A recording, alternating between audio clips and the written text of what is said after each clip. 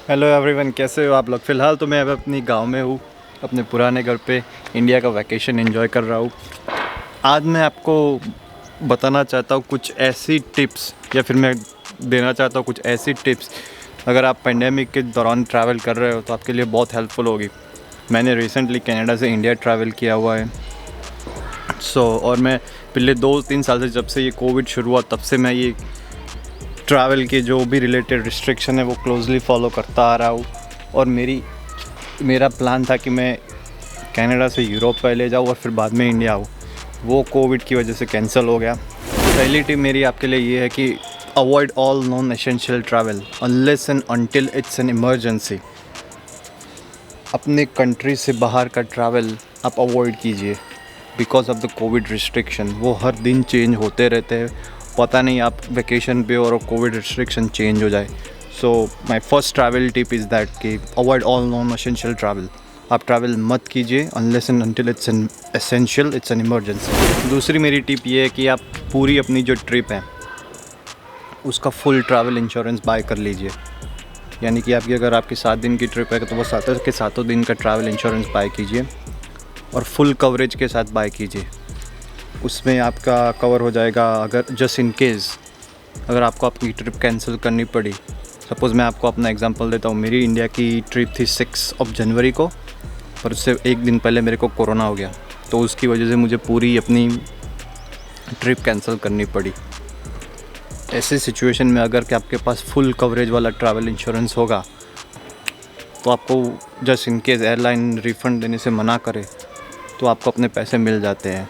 ऐसे भी वैसे भी अगर आप कई कंट्रीज़ के वीज़ा अप्लाई करोगे तो आपको ट्रैवल इंश्योरेंस चाहिए होगा। जैसे कि अगर आप यूरोप का वीज़ा अप्लाई करोगे तो आपको, अगर ट्रैवल इंश्योरेंस आपके पास नहीं होगा तो वो आपको वीज़ा ही नहीं देंगे। बट ये तो मैं इन जनरल आपको टिप दे रहा हूँ। आप यूरोप नहीं जा रहे हो, सपोज़ आप मान लीजिए कि आप इंडिया से दुबई भी जा रहे हो, तब भी आप अपना ट्रैवल इंश्योरेंस ले लीजिए। It's a must, specially pandemic के दौरान।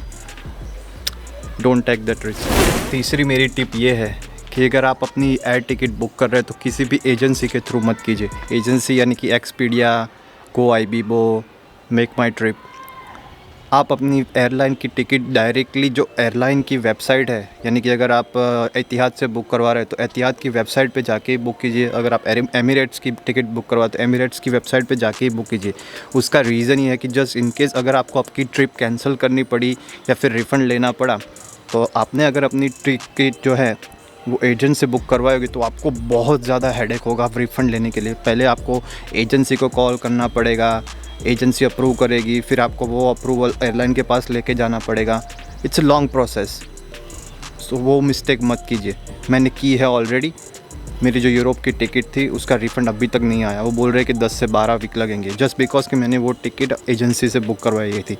अगर मैंने वो टिकट डायरेक्टली एयरलाइन से बुक करवाई होती तो मेरा रिफ़ंड इंस्टेंट आ गया होता। बट आप वो गलती मत करना। अगर आपका कहीं पे स्टॉप कर रहे हैं, कहीं किसी भी कंट्री से ट्रांजिट कर रहे हैं तो उसके रिक्वायरमेंट ज़रूर देखिएगा।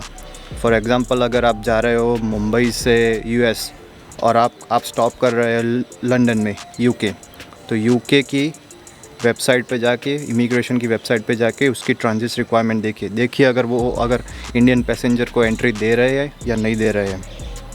As of now Indian passenger जो है, ये तो सिर्फ मैं एग्जांपल दे रहा हूँ, वो यूके से ट्रांजिट नहीं कर सकती। सपोज़ मान लीजिए कि आपकी टिकट है मुंबई से न्यूयॉर्क और आपका स्टॉप है यूके में, तो आपको मुंबई से ही बोर्ड करने नहीं देंगे just because of the transit requirement.